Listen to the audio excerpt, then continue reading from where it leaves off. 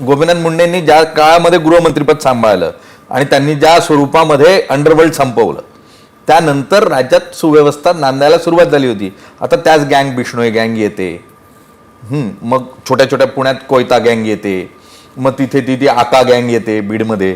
तर अशा स्वरूपाच्या जर गँग तयार होत असतील तर हा कळीचा मुद्दा आहे. आणि त्याच्यावर उत्तर तुम्हाला काय वाटतं असाच प्रश्न आहे मुळात मला.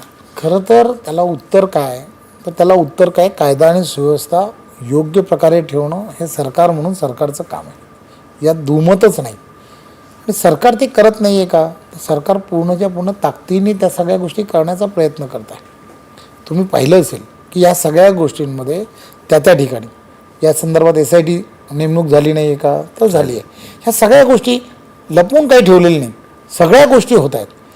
परंतु या सगळ्या गोष्टीला काही कालावधी लागतो. या सगळ्या गोष्टी करण्यासाठी कालावधी लागेल, त्या सगळ्या गोष्टी होतील, यात काहीच दुमत नाही.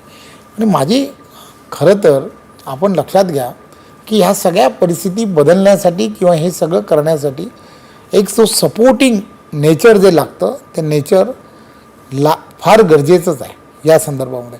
आणि सरकार म्हणून या सगळ्या गोष्टी कोणालाही पाठीशी घातलं जाणार नाही हे वारंवार सांगितलं जात आहे. वारंवार त्या दिशेने पावलं उचलली जात आहेत.